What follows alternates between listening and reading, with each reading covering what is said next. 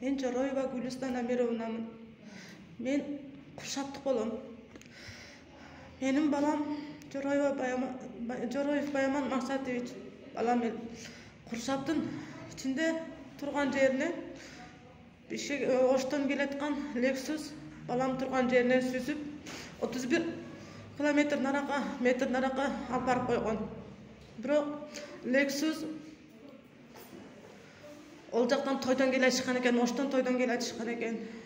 Менің балам о жерден таң деген звук шыққанда, о жерден адамдар гөйлерім бар жоғы келішкенде мен бөлі мына бір туған енім жетіп келген. Жетіп келіп, баламды больницаға барышқан, бірақ балам башынан қатты удар болған, пұты сынған, қабырғалары сынған, баш талқалан үйлаған, башынан қан тоқтығын мес қан атып шыққан екен. Мен Россиядан ошо күні кечқұрын 19 күні болған. 19 күні енім зона қылды, тез билет алыңыз деді. Мен билет алдым, ошо сааттан алдым. Кечкі мал, 20 күні кечкі мал жетіп келдім.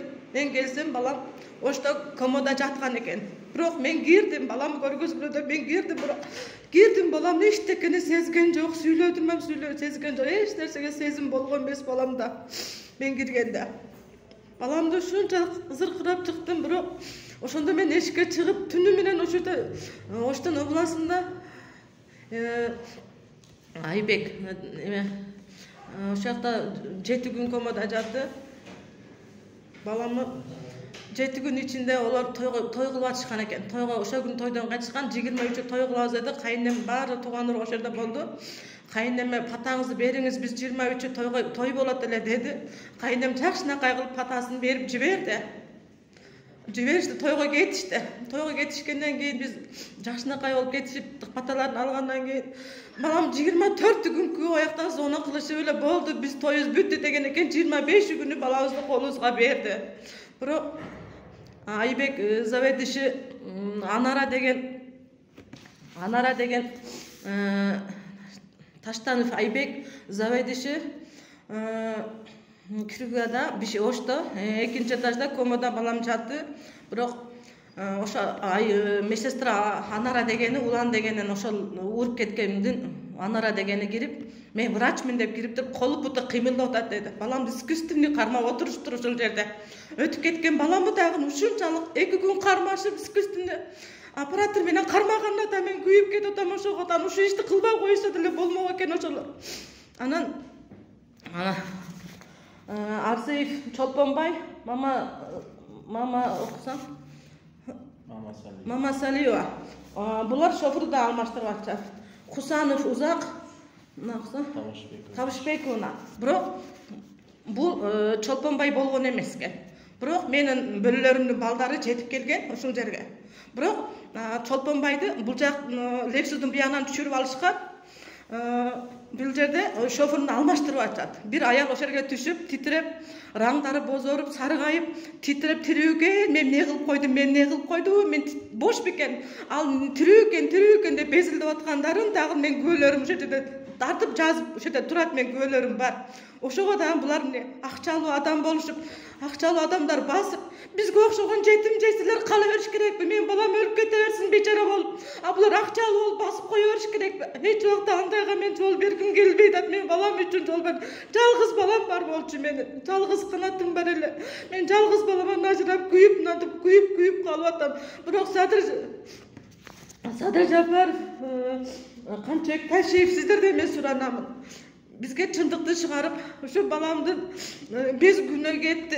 5 күнө мен балам ажырап калдым 21 жашында. Ошону мен сиздерден суранамын. Ошону мага чындыкты чыгарып беришиңиздерди суранамын. Мага акча менен басып, олар ошол жерде эле Улан деген баласы, биз ушундай сулчана кылып койдук, биз бирөөнү ушинтип уруп кеттик деп бишекке чалып атышкан экен. Ошолордан көөлөрүбүз бар биздин, ошо көөлөрдү эч кимге неме кылбай атат. Кечегиде 25 күнү биз баламдын безнеме мокка киргизишкен экен. Ошону киргизгенден кийин баягы результатыны biz belgile desek бергизбей атты больницада дагы. Мен канча жолу айттым. Мен бирок ошол жерден бирөөнү киргиздирдик, бирок бүткөн экен качан эле. Кылыч деген мен соно кылдым кылыч дегенге. Эмнеге силер бербей атасыңар? Булар ошол жактан баласы бир күн мурун келип акчаны кылычка берди. Баламдын результатысына. Эртеси күнү булар улан дегендер бар жол чолпонбай тууган уругу менен Шералыга машинага авария болуп кеткен Lexus'тун машинанын атысын жанына келди дагы. Бир күн мурун келип туруп кылычка акчаны берип туруп, эртеси күнү келип туруп ошо жерде жанжал кылышып, ошонун бир авасы бар экен. Авасы мага кол көтөрдү ошол жерде. Мен күйүп бишип ошо жерде күйүп алсам, бирок булар мага кол көтөрдү ошол жерде дагы. Кол көтөрүшүп, бирок ошол жерде да акчалуу адам болуп керсейишип ушинтип турушту. Мейли кезиси да 50 жылда адам өзгөрөт экен, 100 жылда жер өзгөрөт экен. Бирок баарыбыз бул дүйнөдөн баарыбыз кетебиз, бул жерде калбайбыз. Ушу азма сыноо күндөргө дагы акча менен баспай турусун айса болот. Бул камкорлор экен, бир жолу ошого көнүп калган адамдар экен булар. Мен ошого сиздерден суранамын, мага чындыкты чыгарып беришиңиздерди. Мен чыгарамын. Мен 5 күндө мен баламды жалгыз аялымын, жетим аялмын. Ошо ата-энеси жок болуп, ошо баламды өзүм багып, өз колум менен багып, өзүм чоңойтконмун. Бирок ошо баламды жалгыз мени карай турган баламды уруп кетишип, дагы акча менен баскандарына мен күйүп, мен ошого наразымын. Мага Садыр Жапаров камчек ташуучу дагы ушунчалык сиздерге дагы камчек ташуучу да ооруганыңызда биз пата кылып, ушу камчек бизди ушунчалык колдойт деп мен сиздерге суранып, Алладан суранып, сиздерге ушунчалык сиздер президент болгонуңуздарда мен суранганмын. Садыр Жапаров, сиздин да балаңыз өткөндө мен бул жакта туруп эле ушунчалык өтүп кетиптир деп ушунчалык биз деле зыбыз күткөн. Мен дагы ушу күнгө мен дагы калып калдым. Ошого мага жардам беришиңиздерди мен суранамын. Мен Кенжебай Амирович Куршаптын тургуну болом. Бул жерде чоо жайды башынан айтып кетсек, ошол Lexus'тун ээси Оштон Grand Хайс деген кафеден чыгып, Ошто көздөй Оштон өзгөндө карай жөнөгөн. Алар жалгыз эмес, бир 3-4 машина болгон. Алардын айтуусуна караганда ошо тойдо Пататайга келишкен. Бирдин менен 2-нин чамасында болгон окуя. Ошо Ош-Бишкек трассасында, ошо Куршап айылында, Максис үлгүсүндөгү биздин жээнибиз ошол чоң жолдон бул жак бетке өтөм деп турган мезгил болот. Машина менен, Матистен айдоочусу, ошо 21 жашта. Анан бул машина өтө катуу ылдамдыкта барган.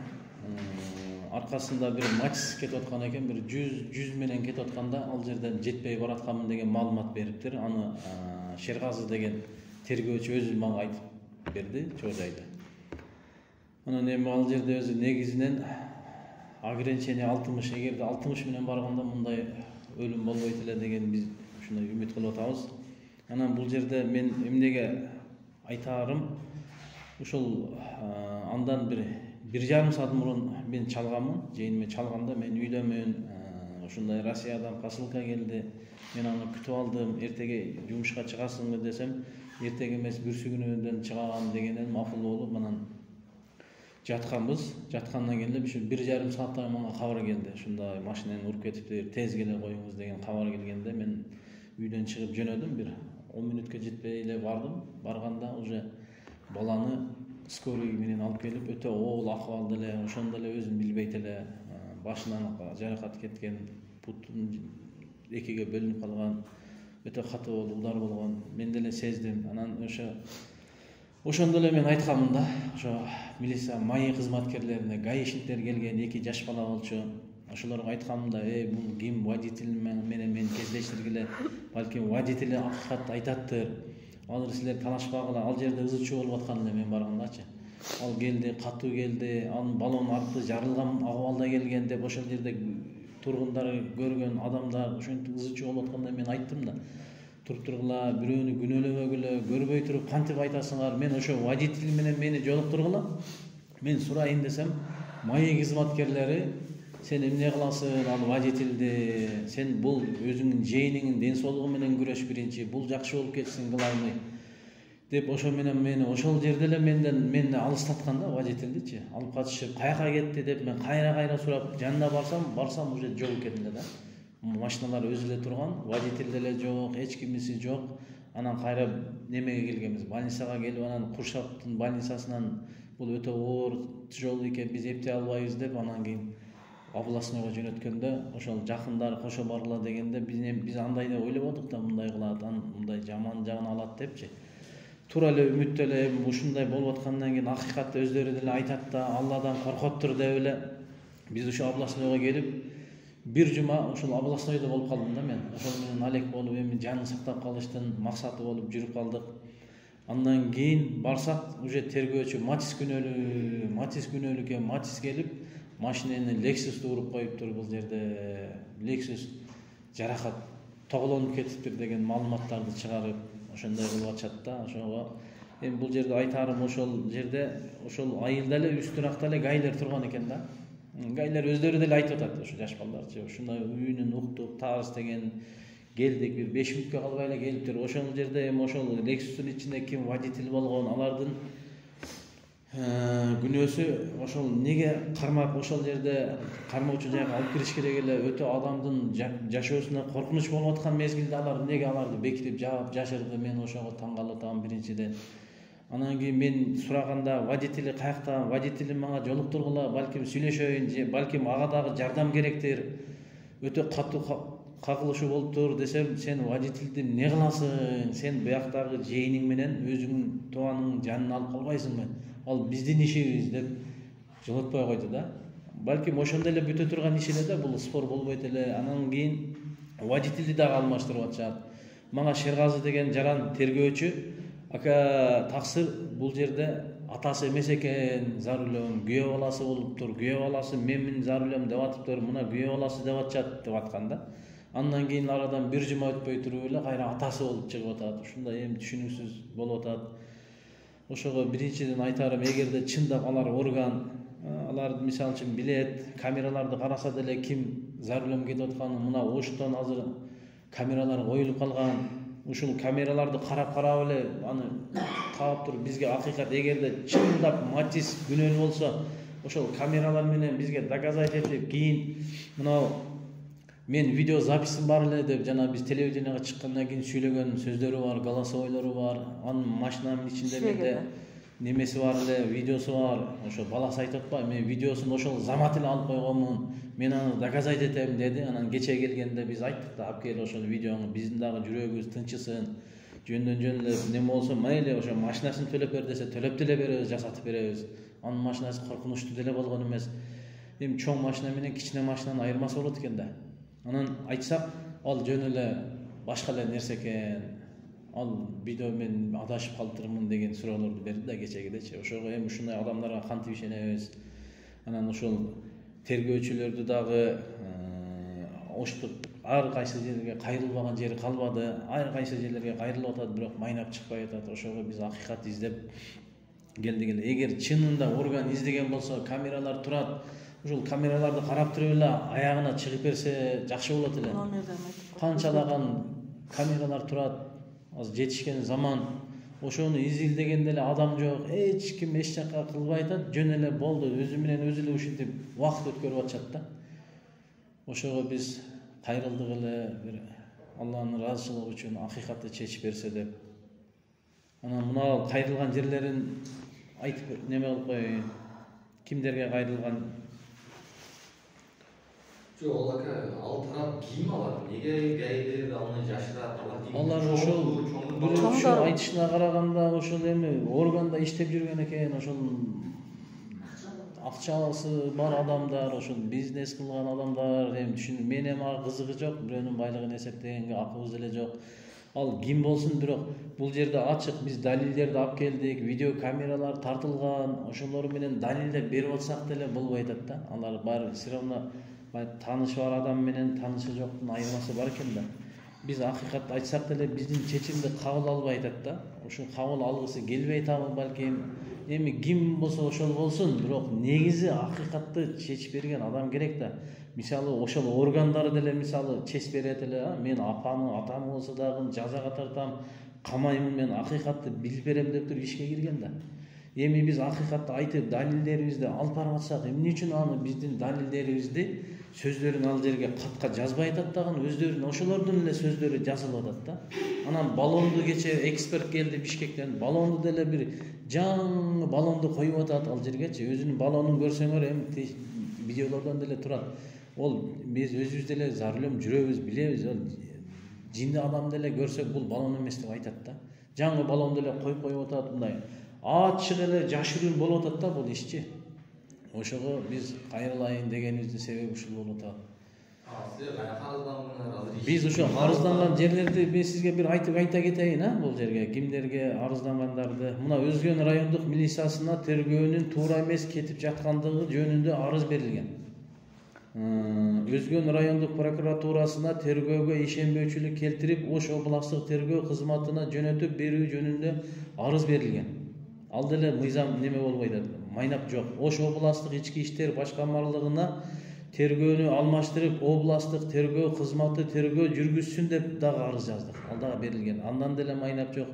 Ош областык прокуратурасына тергөө ишин көзөмөлгө алып, Өзгөн райондук тергөө кызматына ишенбөөчүлүк келтирип, тергөөнү Ош областык тергөө кызматына өткөрүп берүү жөнүндө дагы суранып арыз жазганбыз. Ал деле аткарылбады. Ош областык ички иликтөө кызматына тергөөчүлөрдүн мыйзам бузуусу боюнча арыз берилген. Ал деле жок.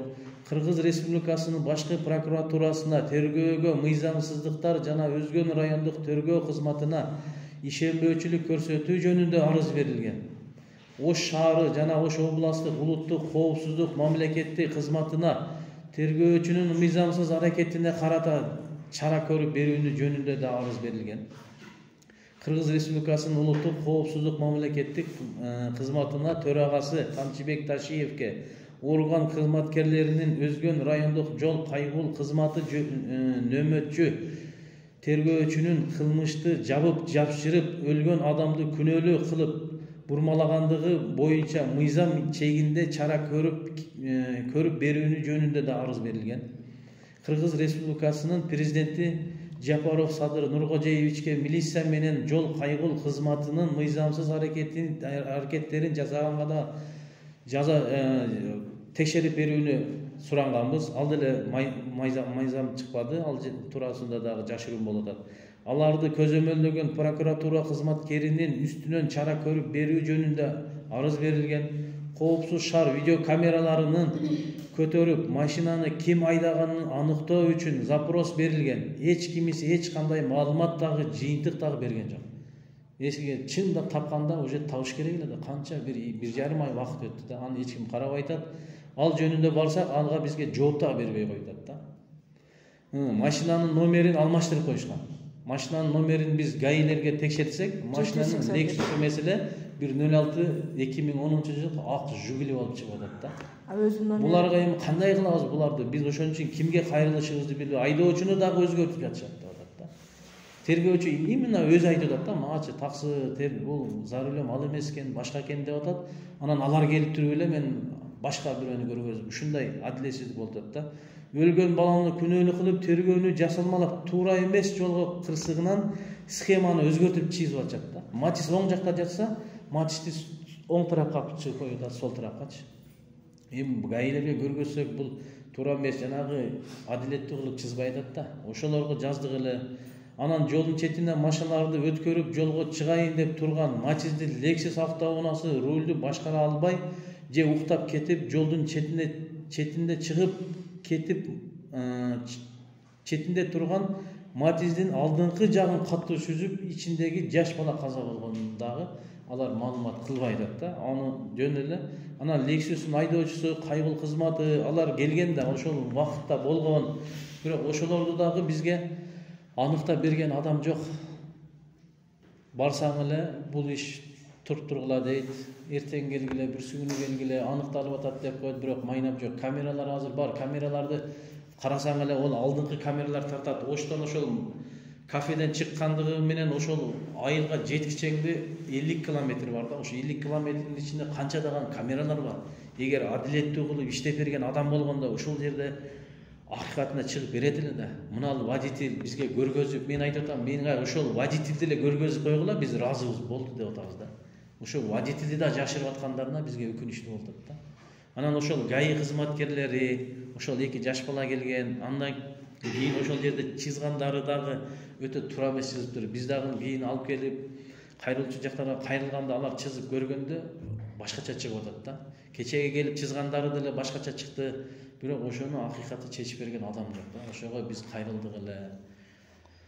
Бардык барсак бар жогу оозлорунан аракчы таанышып мас болушу. Улан деген мен жаныма келип сүйлөсө оозунан аракчы таанып атат. Ошентип келип алып эже мындай андай деп мага сүйлөйт. Жок, а мен бөлөм өзү эртеси келип туруп чызган видеолору дана турат. Ол 40 жылдык 35 жылдык шоферлорду алып келип мен бөлөм чыздырган.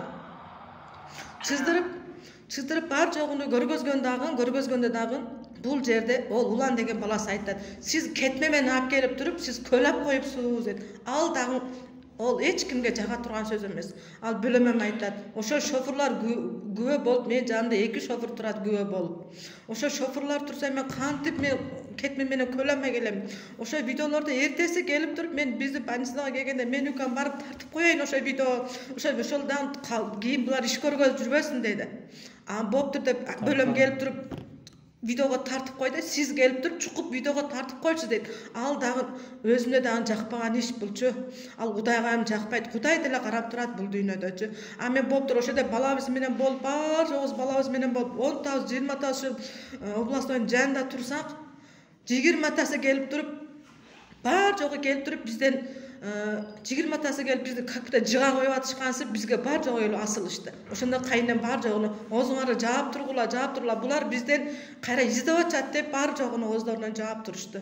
Азыр 785 номерди берип койгон булар. Бирок өзүнүн номери Lexus номери 0077 болгон.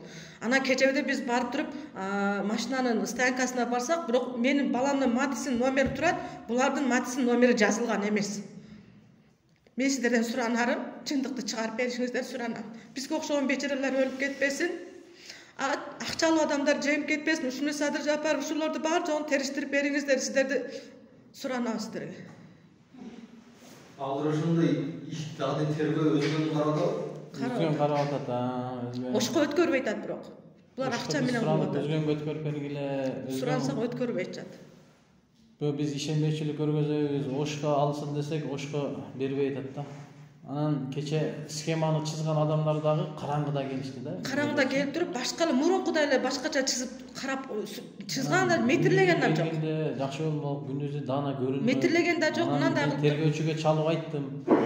Эмнеге мындай караңгылатып атат десем, алар ошо караңгыда барабыз деп коюшту деди да. Анан мунун себеби барбы десем, себебин деле айтпады деди. Мен диктофонго жаздырып алгам. Ал Шергази тергөөчү эми айтып атат. Эже бул каттык келбегенде көргөзөм. Бүт менде ошол голосовойлору, видеолору бүт баары бар. Күбөлөрүбүз бар. Бирок ошо күбөлөр менен акыркы күбөлөрүбүз бар бизде. Ошолорго ошо сотко барган. Ошол машина каттык келбегенде буту сынып, колу сынып, үйнү алып болсо деле майле балам. Ошо каттык келген үчүн балам ошо талкаланып, өзүнө келе албай өтүп кетти да. Каттык болуп келген 140 келген. Экинчи тарап не деп атат? Экинчи тарап ошол эптеп неме кылбаштын. Акча менен жаап атат. Силерге эчтеке жок, результат жок. Кечирим турап. Жок, андай кылган жок. Результат жок. Кечирип кой деген сөзүн уга элекпиз. Эми акчасы көп, акчага мас болгон адамдар экен. Мен түшүнүгүм боюнча, эми акчаны эч ким акыретке көтөрүп кете албайт. Биз Аллага эле салып атабыз, эми Алла биргүн жазасын берет. Эми күтөбүз иншалла. Ошо Алланын буйругун көрөбүз. Бирок результат жок. Силер ушакта Алар өзгөндүн деме, жылан 7 деген айынан болобуз дешти. Эми айын деле сураштырбадык. Бизге ошо акыйкат чечип берсе эле, адилеттүү жашасак, мыйзам менен. Алла бизге мыйзам бергенде ошо мыйзамдан чыкпасак, баары жакшы болот деген үмүттөбүз. Бирок киши өлдү, бир бала өлдү. Бала 21 жашта. Эч ким убактылуу кармап берген. Убактылуу кармачу жерге болмоктусун, ошол жерден эч ким бунун артынан изилдеген деле адам жок. Биз эле кайрылабыз. Алар барып текшерип, водительди алып келип, андай болгон нерсе жок. Ошо жаназага койгондон кийин барып туруп мага айтты, силер өзүңөрдүн өлүгүңөрдү өзүңөр көмүп алгыла, биз машинаны эптеп оңдоп алайлы деп ушундай дейт да. Анан мен айттым, бир чымын өлгөн жокко бул жерде, бир чиркей өлгөндөй эле сүйлөп атасың, эми акчаң көп болсо эми майды. Аллага тапшырабыз ошондорду. Алладан башка ким жаза бере алат силерге? эми биздин чоңдорубуз ушундай кылып ажо башчыларыбыз эле силердин аркаңардан бир бизге окшогон Алла үчүн деп иштеп бербесе, башка биздин колубуздан келбейт экен. Эми акчаңар көп экен, акыйкат бир көрүнүшүңөргө караганда биз эми тök Аллага эле тапшырып атабыз. Алла Таала көрүп турат эми ким кандай болуп турат, Алла өзү чечип берет деген үмүттөрүбүз. Бирок улан деген шибегеде сүйлөптүр. Матис чыгып туруп биздин Lexus'та аңтарып койду деп айтыптыр. Бирок ошол жерде ошону эми доказать этип беришиңиздерди суранабыз. Lexus'ту кантип Матис аңтарып койду? Ол жары менен Матис кичинекей баласы болуп турса, ал Lexus чоң килейип турса, ол аңтарылган жерде ham жок. Эч жерде жок, сүрөттө дагы жок, видеодо ham жок. Ошону ham булан доказать этип беришиңдерди суранам мен сиздерден. Мен Сайдуллаева Меркуль 1987 жылкымын. 1985 жылкы Ашырбаев Чыңгыз менен баш кошуп 2009 жылы ортодон 5 бала тапканбыз.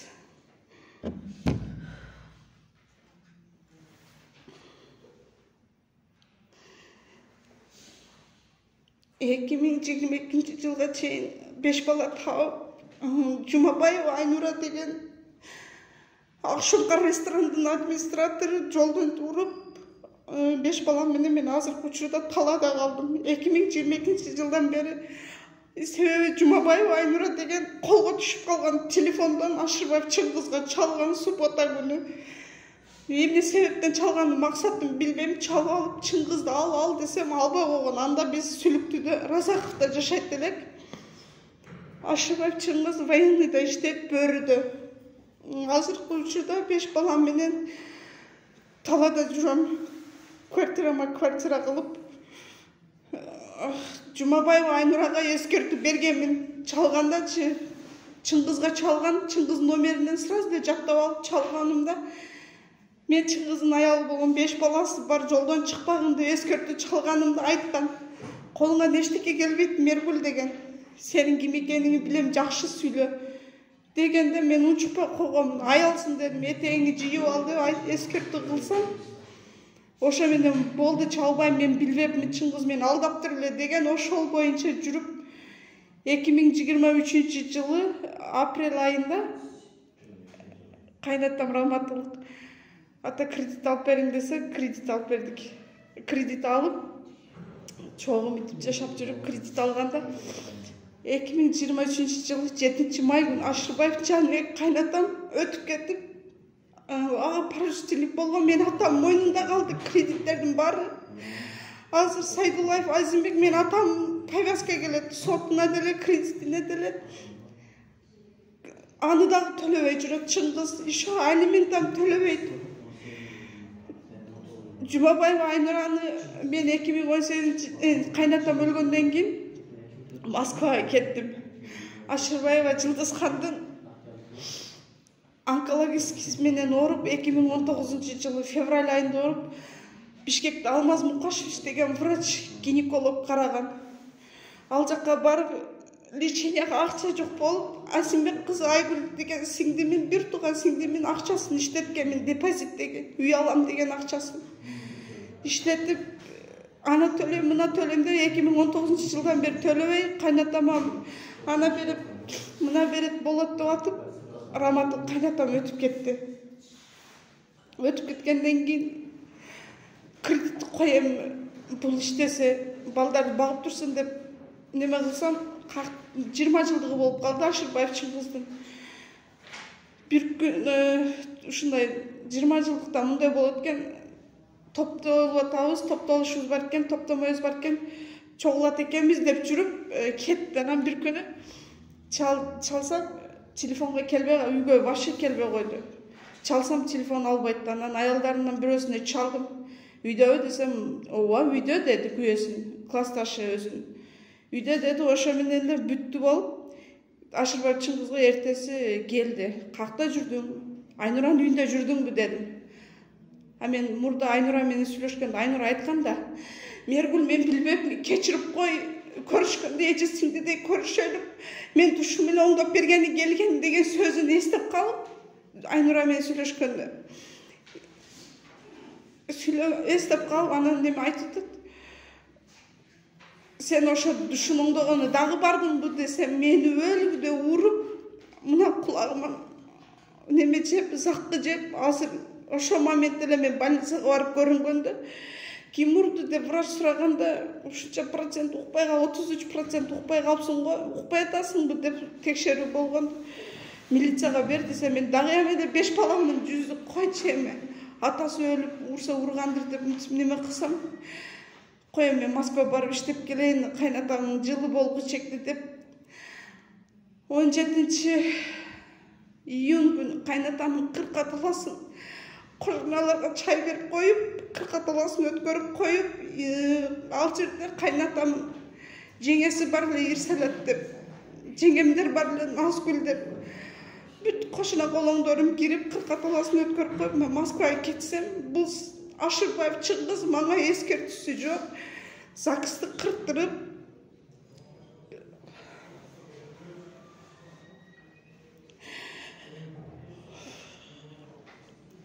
кырттырып, кеченде мен Москвадан келгенден кайра ЗАГС кыркылганын мен билбепмин.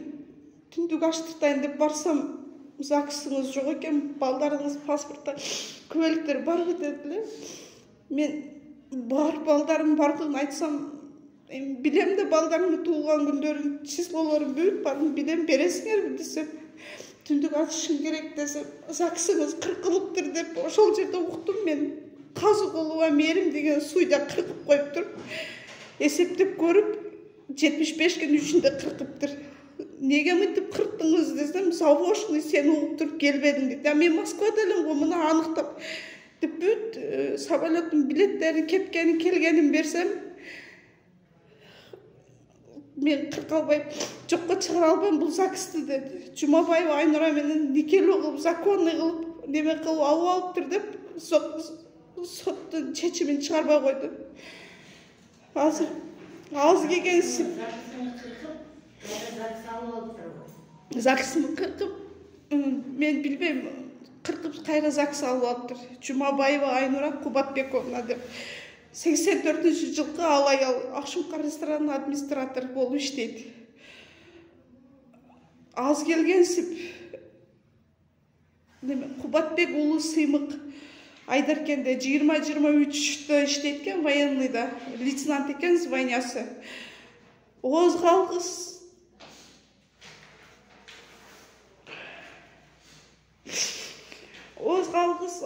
ат энең иттен таркагандыр деп, аябай сага окшогондордун айынан деп, кайра мени күнөөлөп атат. Сага окшогондордун айынан сүттөй ак эжемин деп. Мындай айткенде 5 баланын энесинин укугун тепселеп атат.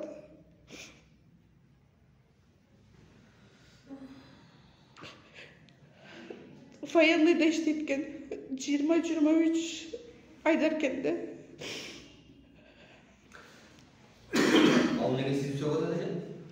Асын үйөмөсү турат. Менин күйөөм эмес, ошо Жумабаева Айнуранын бир тууган иниси экен. Кече жакында үйлөнүптүр, августта. Себеби мен Жанибекова Нурпери деген кызым бар, 2011-жылкы. Незавершенный баламды овсянка кылып иштетиптир, кайсы бир тойдочу. Аны көргөн күбөлөрүм бар. Себеби мен статусума койгондо, статусумдагы кыз эми өзүм эле мына шаардын кызы болгон үчүн, досум мына кыз Акшумкар ресторанында тойда официант болуп иштеди го деди. Бирок бир эле столду карады. Деди жок, намызданат экенсиң.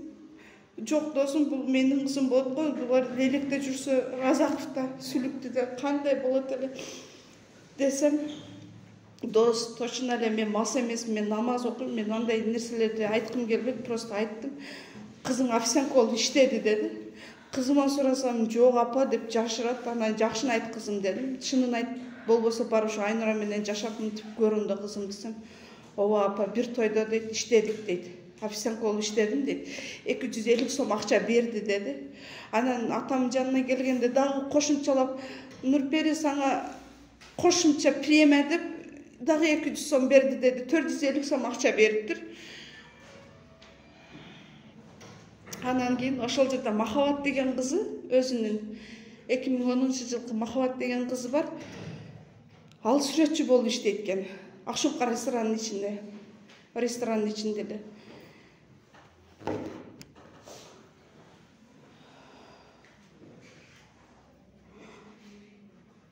Бул Ашырбаев Чыңгыз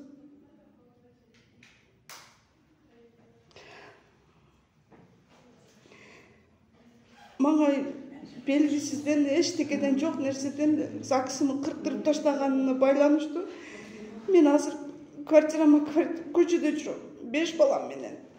Ал өзү Сүлүктүдө условиясы бар үйдө өзү жашайт. Алиментке кече жакында сентябрда бердим, октябрьский айлыктан деле түшө элек.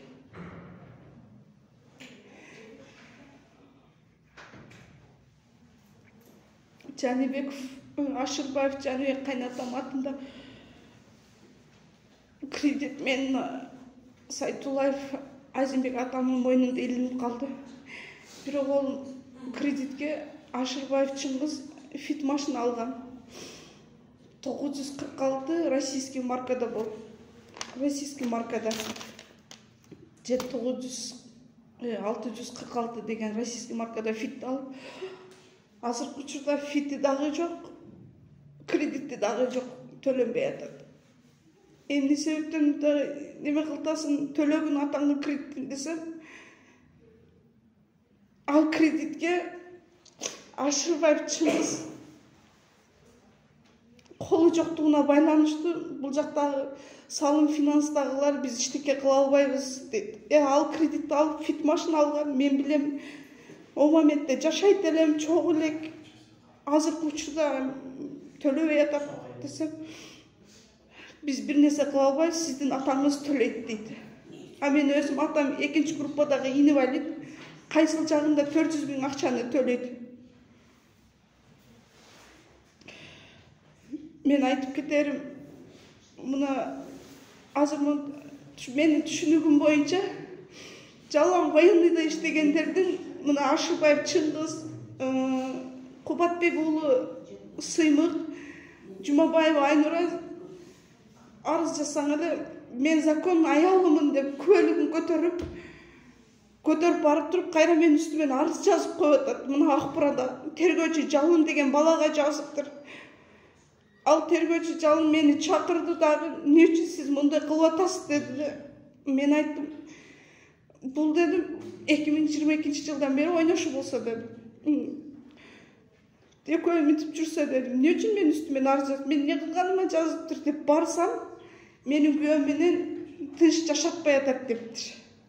Себеби мен Жумабаева Айнуранын үстүнөн жалып кылып, бир тууган ээниси Кубатбек уулу төлөгөн 86-жылкы Кара Суу районунун Акташ айыл өкмөтүнүн тургуну ошого чалып айтканмын. Жумабаева Айнура эжеңди билесиңби дедим. Десем, мен эжем болот деди. Анан сен эжең билесиң дедим, өзүнөн кичинеге эрге тийип алып дедим. Менин кызымды официантка кылып иштеп тутат деп эмоция калтырып бакырдым. Ага айттым. Себеби мен Жумабаева Айнуранын прямо түздөн түз айтайын десем, мени 2022 жылдан бери мени заблокко тыгып таштаган, сүйлөшпөйт. Бул жака кел, аялсың сен да, мен дагы аялмын, түшүнөлү, бири-бирибизди сүйлөшөлүк десем, вашы сүйлөбөйт, заблокко эле тыгып таштайт. Бар айтып мындай жүзмө-жүз сүйлөшөйүн десем, бул сразу эле үстүмөн арыз жазып, колу узун аялга менимче түшүнүгүм боюнчачы. Себеби жаңы башында айткан, менин Бишкекте немелерим бар деп. Не дейт? Неме, жогорку Бишкекте деди. Жогорку бийликтерде менин таанышым бар, менин колуман эчтеке келбейт деген. Мен аны жакшы эстеймин. 2022 жылы себеби менде телефонумда, Инстаграмдан ham сүйлөшүп жүргөнүмдө, Телеграмдан, WhatsApp'тан заблок кылып койгондо, Инстаграмдан издеп тапканымда сүйлөшүп атканымда айткан, Мергул колуман эчтеке келбейт, мен жогору Бишкекте мен тааныштарым бар деген.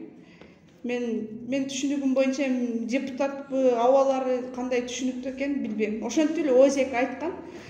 Ошол боюнча эле калган эле. Кийин мени Москвага кеткенден булар ЗАГСты менсиз кырктырып, Казыкулова Мээрим Эсенкуловна судья кыркып салды. Кечээндө жокко чыгарып бериңиз деп кайрылсам, Жумабаева Айнура менен ЗАГС алып алыптыр, законный деп, ал дагы карабай койду.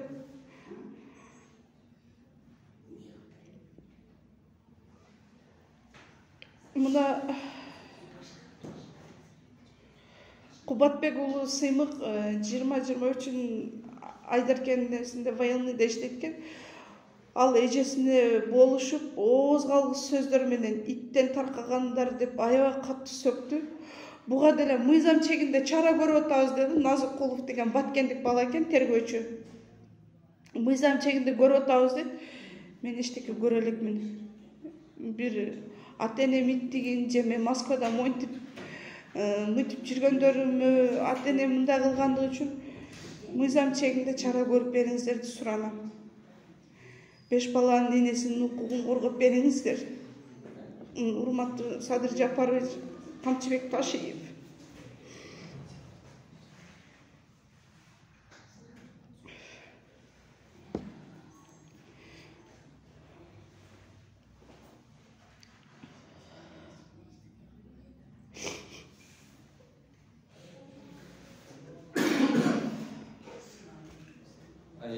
Kuyumuz sürüklüdür, dalda çocukta işte. Sürüklüde işledi. Prapırşık званиясы. Жаңағы зорлық қылған факті бір жолы болды ма, құлағыңыз болған же көп жолы болды ма? Мен ұрғаны бойынша мұрда Раматул қайнатам барда ұрчылы бір жолы ұрғанда бір досының сөзіне кіріп ұрғанда анан атам мен ушун тилине кирип мени мынтип урду деп кайнатам айтып чыкканын чогуу жашайды. Айтып чыкканда атын атабай эле коён, аяшым өзү угуп билип турса керек. Эртте менен барып урушуп келген аяшымыз сен неге мынтесиң депчи. Отсадырдын тургуну алдагы 85-жылкы урушкандан кийиндер аялы айтты, сени кайнатаң ушинтти го дейт. Ушинтип урду, таблетка менен мени дедим. Андан кийин урган эмес эле. Кече 2023-жылы 7-май кайнатам өлгөндө тажиясын өткөрүп, тажиясы болгондон кийин ортодо 20 жылдыгы болуп калды. 20 жылдыгы болуп калды. Уруп жүргөн.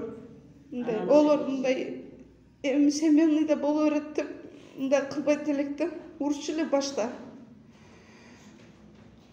Ошол боюнча милиция органдарына кайрылдыңызбы? Арыз жаздыңызбы? Жок, азыр деле мына кечээинде деле урганда мына кулагым 33% жарып койгондо кагазы бар. Милицияга кайрылган эмесмин, 5 баламын жүзү депчи. Дахям эле атасы өлдү, эми алам болуп урса ургандыр дейм. Хорошо, апасы өтүп кетти. Атасы өттү, бир тууган иниси өтүп кетти. Хорошо, эми эч кимиси деле калбады го десем, мындай кылганы туура эмес да азыр. Кечегинде айтып атат. Телефонда чалыпчы, сен менен сүйлөшүп болбойт дейт. Эмне болду дедим. Эмне болду? Сен менен сүйлөшкөдө мени эмне, сен мага чалдыңбы десем, сен мени заблокка тыгып койгонсуң дедим. Биринчи өчүттөн дедим. Экинчи өчүттөн сен менен мен сүйлөшө турган сөздөр калбады дедим. Мындай айтып келгенде дедим, бүт бардыгын өзүң кылдың дедим. Мыйзамды бурдаладыңбы, бурдалабадыңбы, өзүң ишиң дедим. Десем, сен менен сүйлөшүп болбойт дейт. Сен дейт Айнурага дейт, неме дейт, ошо Жумабаева Айнура 2 март 1984-жылкы Айнурага дейт, эгер бир нерсе болсо дейт, баш отуң менен дейт, башыңы жарам дейт, и оозуңу жарам дейт. Сен Айнуранын артында кимдер бар экенин билбейсиң деп. Телефонумда бар аудиосу. Аудиолор бар мына телефонумдачы. Менде бар да.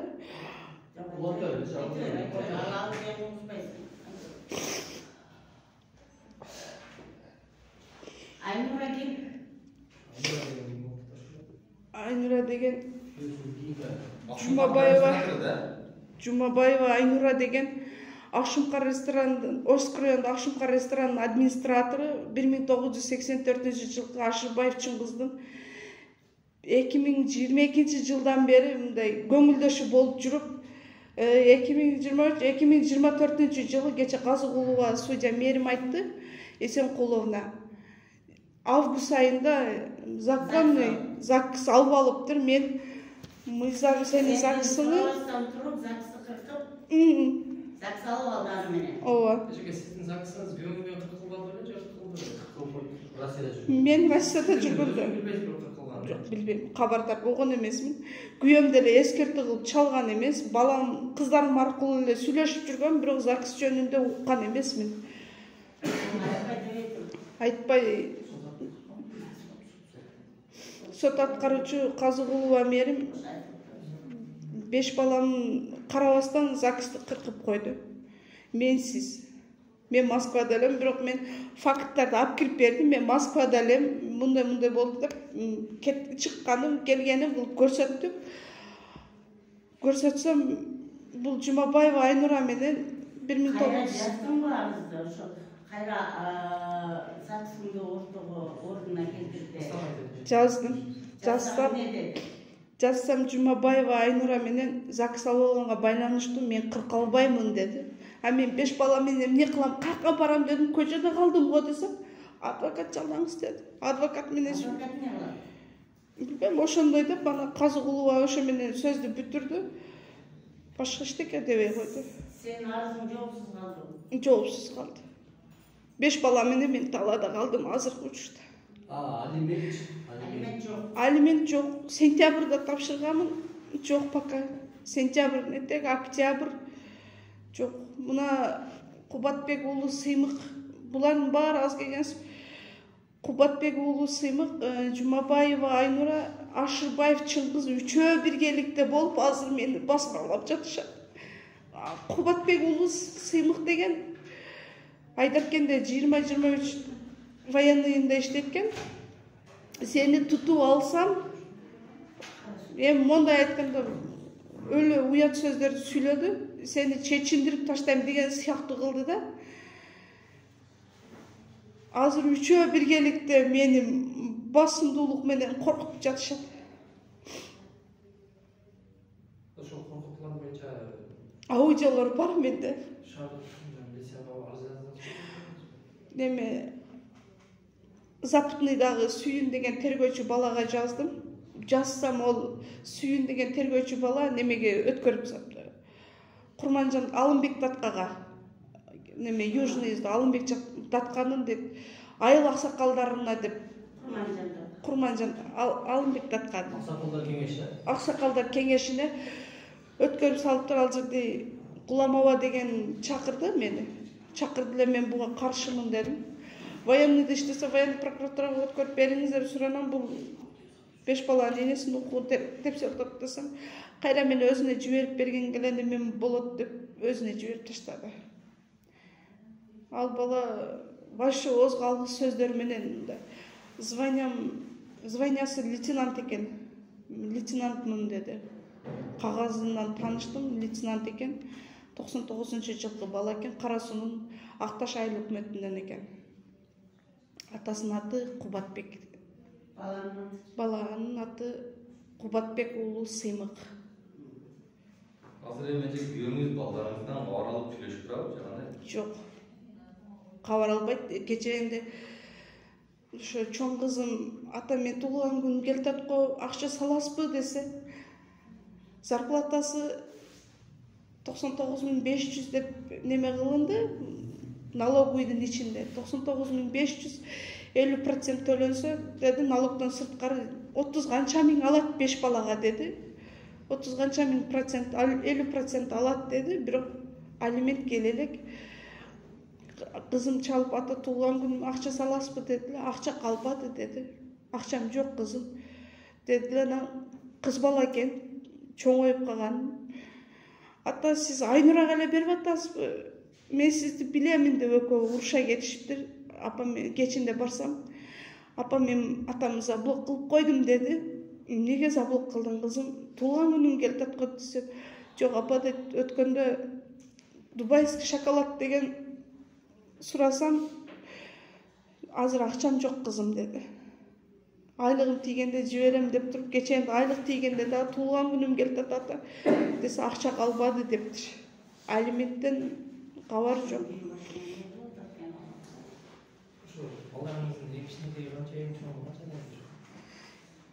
Эң чоң балам 2010-жылкы, эң кичинем 2021-жылкы декреттеги аял.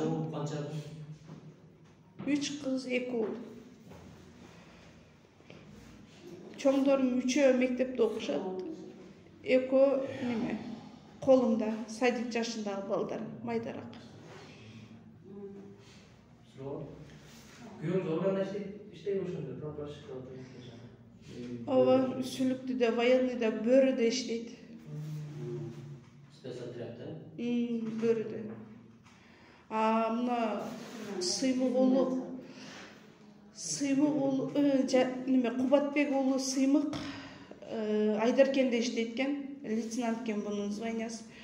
Себеби мен таанышып, баягы арыз жазган менен таанышсам, ушундай бала сөгүптүр, мойнуна алды деди. Мыйзам чегинде чара көрүп беребиз деди. Мен эчтеке көрө элекмин. Мына Жумабаева Айнура закондуу, мыйзамдуу аялы болгонго байланыштуу мен үстүмөн арыз жазып, кенен кеңири жүрөт. 5 баламын менен мен немем убактым алып атат. Мен барып атам, бирок тергөөчүлөргө барбай коюп аткан жокмун. Сен күнөөлүү болуп барып атасың. Мен тергөөчү чакырса күнөөлүү болуп барам да, ал мен үстүмөн арыз жазып атса. Күнөөлүү болуп барсам, тергөөчүлөр эмне болду деп тергейт экен. Тергегенде мен ушундаймын. 2022-жылы бул ойношо болуп жүргөн, эми эмне болуптур десем, эже деди, мыйзам чегинде деди, ЗАГС алып алыптыр дедилер. Качан ЗАГС алыптыр дедим. Мен бул ЗАГСтын мен жок деп эле эсептеймин дедим. Мен ЗАГСты кыркканга кол койгон эмесмин. Булар мен ЗАГС алгыла деп мен үмүткөн эмесмин. 5 баланы ойлосом десем, тергөөчү анда жазыңыз деди. Бул эмне болуп иштейсиң деген жазыңыз деген жерге эмне деп жазам десем, 5 баланын энесимин деп жазыңыз деди. 5 баланын энеси боюнча эле калдым өзүм декреттеги аялмын.